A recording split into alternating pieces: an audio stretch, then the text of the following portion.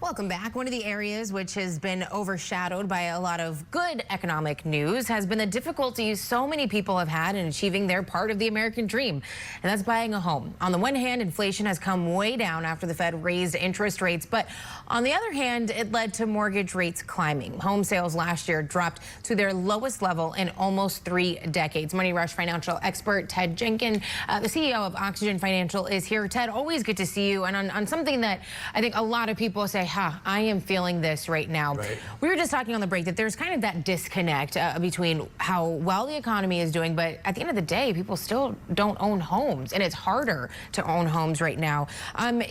Is it still so out of reach for a lot of people? Well, we just have a logjam that's going on right now. There are a lot of people that locked in during the pandemic at 3% mortgage rates. So mathematically, they're saying to themselves, I'm not going to buy a bigger house right now at a 6.5% mortgage when I'm locked in at a 3% mortgage. We also have no inventory. When you look at new housing inventory, it's only about 3 months of inventory right now.Alex, a normal market would be 5 to 6 months. And back in 2008, when we had the real estate crash, it was 14 months. So it's very challenging right now. And a person that's young, that's trying to buy a house and saying, wait, I have to come up with a $100,000 down payment, mortgage at 6.5%. I can't afford my groceries, let alone afford a mortgage payment. All of that is why sales are at almost a 3-decade low. No, I know. And when you think about it, if you're renting, at an apartment complex, let's say, you're spending so much and you're thinking, oh my goodness, this is more than a mortgage would cost. Right. You know what I mean? And so that's the frustrating part.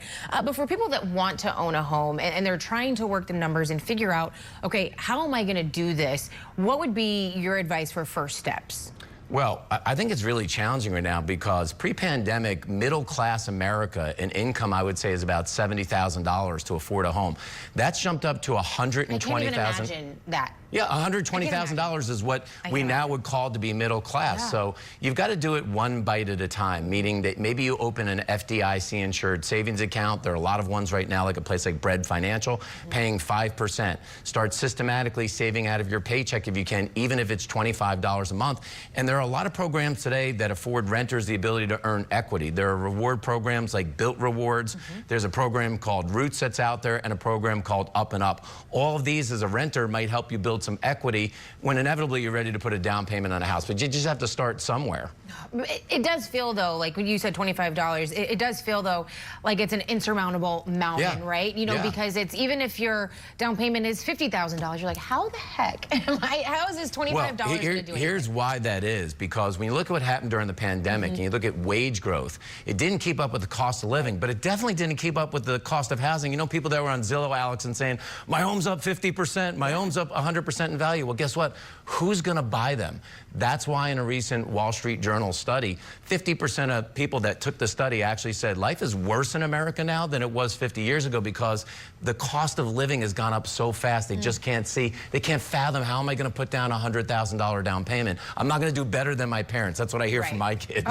All right, so it seems like we have heard the word recession over and over again the past couple of years, and depending on who you talk to, who you ask, and what definition, I guess, you look at for a recession, we either hit it or we did not. Should we be worried about that anymore, though? I don't think so here in 2024. Look, inflation is not at 5% right now. Unemployment's very low. Interest rates, I do think, will come down this year. All those things tell me, like, clinically, there isn't going to be a recession. But I think, again, what people are feeling is they're saying, this doesn't feel good. I don't own a home. Who cares if home prices are up? I don't have money in the stock market. Who cares if my 401ks are at an all-time high? They're just saying, I don't feel good personally about the economy because I can't buy groceries. I can't fill up my gas tank. I just can't get ahead. That's what I think is happening right now. So I think people are feeling a personal recession, but I don't think we'll see a recession. Okay, which is good. We don't like to have that word. We don't like that. All right, Ted, always good to see you. Thank you so much for your tips. We appreciate it. We'll be right back. We're watching Morning Rush.